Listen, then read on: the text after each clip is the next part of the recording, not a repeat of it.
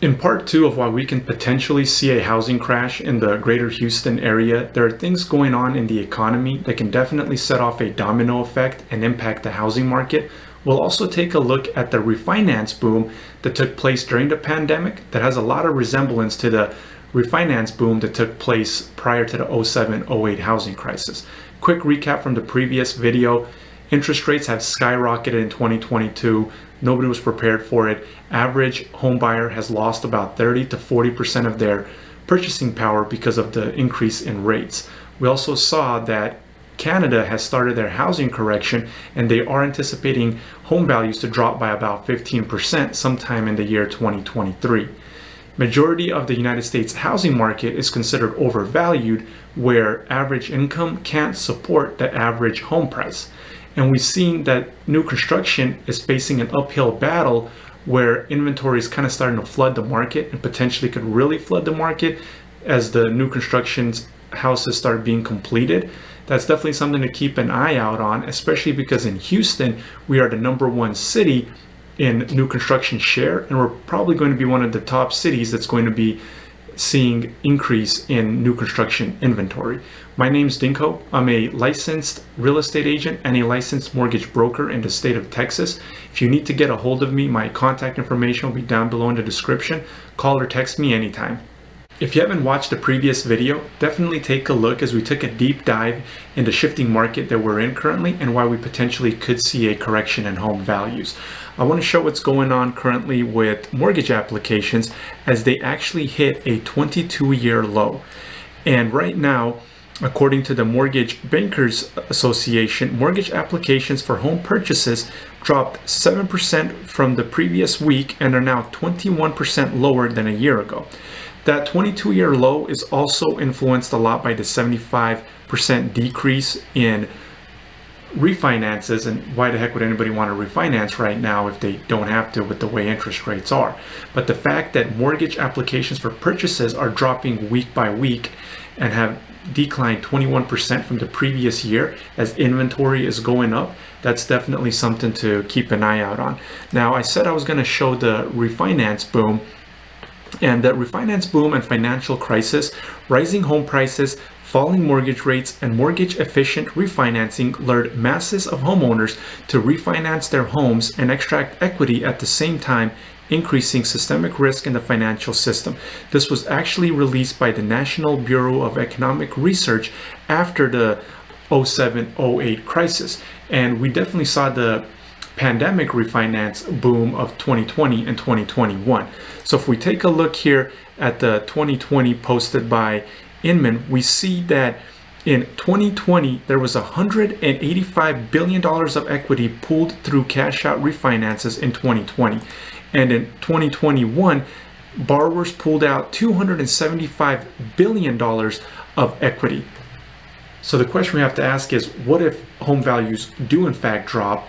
How many people are going to want to sell or need to sell and not be able to? And if they need to sell and home values have dropped and they pulled equity out or they've recently purchased as home prices have skyrocketed, are we going to see short sales or foreclosures hitting the market? So right now we definitely don't have any of that. It's not like the stock market, things don't flip overnight. So we're definitely not in that market or anywhere close to it. However, as we're approaching the end of 2022, that is definitely something to keep an eye out on.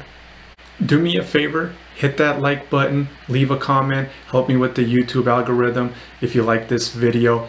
And also, what's going on with the world economy? There's a lot of talks about a world recession, and if 07-08 housing crisis in America could cause a global recession, if we have countries all around the world that can't sustain this inflation, the supply chain issues, their economy is not going to be resilient like ours here in the United States. So what happens when these countries, if they do go into deep recessions? That definitely will impact us here. How much it's going to impact us is definitely the big unknown. And as we see here, America, of course, we're the world's biggest importer, but we're also one of the biggest exporters of goods and services. We export 44% of our goods and services to the Americas, 31% to Asia, and 22% to Europe. Now, if these countries that we're exporting our goods and services to, if they're not able to buy the goods and services from us, and their economies are doing really bad, that's definitely going to have an impact on our economy, on our housing market. So we definitely have to pay attention to what's going on with the world economy as these things unravel going forward. We have layoffs and hiring freezes that have hit the retail industry, banking industry, and the tech industry. Now, Houston doesn't get the love that it should when it comes to the tech industry. Houston is actually the 11th biggest metro when it comes to the tech sector at 243,908 jobs, as well as $29 billion worth of GDP that comes out of its tech sector.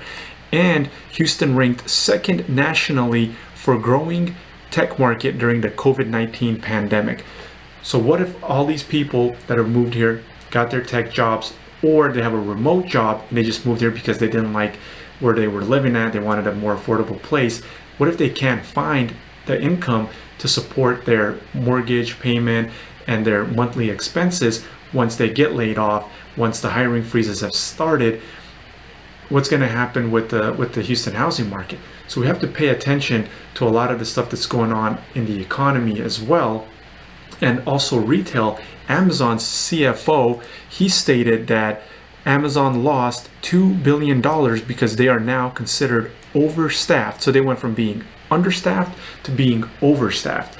And if these layoffs start hitting in a big number and they start hitting across multiple different industries, and majority of the US market is considered overvalued, are people going to be able to find jobs to replace the income that they lost and be able to make their monthly payment? And that's why we potentially could see that correction in home values, and maybe short sales do come back on the market because people can't make their payments and the bank is working with them, willing to short sell the house, meaning it's selling it at a loss, or people just get foreclosed on. So we definitely have to pay attention to what's going on with the economy, as well as inflation has skyrocketed. And we also saw that utility bills are now approaching record highs, if they aren't, with everything that's going on with the Ukraine war and all the stuff that's happening with the economy. And also the credit card debt has actually started to exceed the credit card debt that we had prior to the 07-08 housing crisis. So we definitely are seeing some correlations. Is the economy going to show the resilience that we had after the lockdowns, and are we just going to blow right through that? Or are we going to see some things that are going to be reminding us of 07-08, and are we actually going to see the market taking a hit? So we definitely have to pay attention. I hope this video was informative.